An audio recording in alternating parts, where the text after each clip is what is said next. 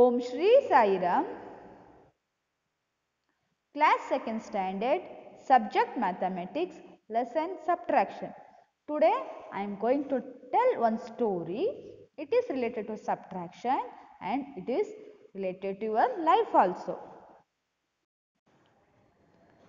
Subtract bad habits. You should subtract bad habits in your life. How can we subtract bad habits in our life? First, let us always learn to subtract our faults and bad habits bite by bite each day.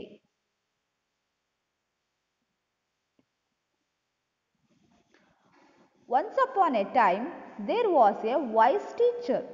One day, a woman brought her small son to the teacher.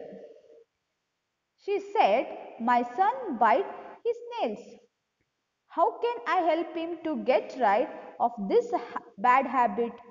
ಒಂದ್ಸಲ ಒಬ್ಬ ತಾಯಿ ತನ್ನ ಮಗುನ ಅವರ teacher ಹತ್ರ ಕರ್ಕೊಂಡ್ಬರ್ತಾರೆ.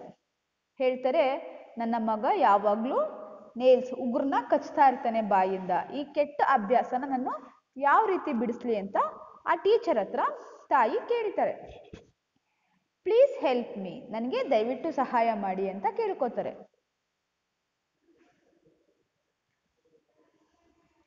The wise teacher called the little boy and said, as I ask you, every day take a chalk piece and write on a board 10 times, I will not bite my nails.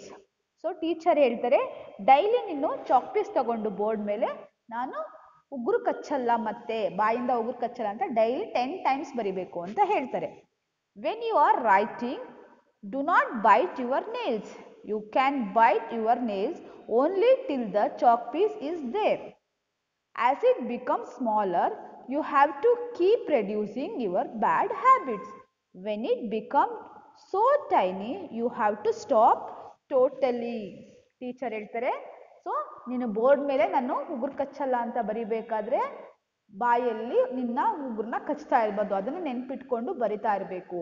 ಮತ್ತೆ ಅದು ಹೇಗೆ chalk piece ಬರಿತಾ ಬರಿತಾ ಚಿಕ್ಕದಾಗುತ್ತೋ ಅದೇ ಥರ ನಿನ್ನ ಅಭ್ಯಾಸನೂ ಸಹ ಕಡಿಮೆ ಆಗ್ತಾ, ಕೆಟ್ಟ ಅಭ್ಯಾಸ ಸಹ ಕಡಿಮೆ ಆಗ್ತಾ ಹೋಗಬೇಕು. ನೀನು ಹೇಗೆ I will never bite my nails ಅಂತ ಬರೆದಷ್ಟು ಆ ಚಾಕ್ ಪೀಸ್ ಕಡಿಮೆ ಆಗ್ತಾ ಹೋಗುತ್ತೆ. ಅದೇ ರೀತಿ ನಿನ್ನ ಮನಸ್ಸಿಂದನೂ ಸಹ ಆ ಬ್ಯಾಡ್ ಹ್ಯಾಬಿಟ್ಸ್ನ ತೆಗಿಬೇಕು ಅಂತ ಟೀಚರು ಒಂದು ಇನ್ಸ್ಟ್ರಕ್ಷನ್ನ ಕೊಟ್ಟು ಆ ಹುಡುಗನಿಗೆ ಹೇಳ್ತಾರೆ. The little boy agreed. The boy started watching the chalk piece. He could write 10 times as the wise teacher told him. Slowly, he started concentrating on the chalk piece and his bad habits started reducing bite by bite.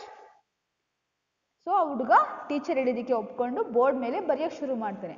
Teacher ಹೇಳಿದಾಗೆ ಅವನ concentration ಅವನು board ಮೇಲೆ ಬರೆಯೋದಕ್ಕೆ ಕೊಡ್ತಾನೆ. ಆ ಟೈಮಲ್ಲಿ ಅವನು ಉಗುರನ್ನ ಕಚ್ಚಲ್ಲ. So ಏನಾಗುತ್ತೆ, ಅವನ ಕಾನ್ಸಂಟ್ರೇಷನ್ ಬೋರ್ಡ್ ಕಡೆ ಹೋಗುತ್ತೆ, ಅವನ ಉಗುರು ಕಚ್ಚೋ ಕೆಟ್ಟ ಅಭ್ಯಾಸನ ಅವನು ಬಿಡ್ತಾನೆ.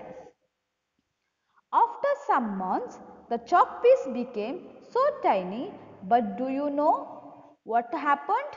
The little boy had totally forgotten to bite his nails.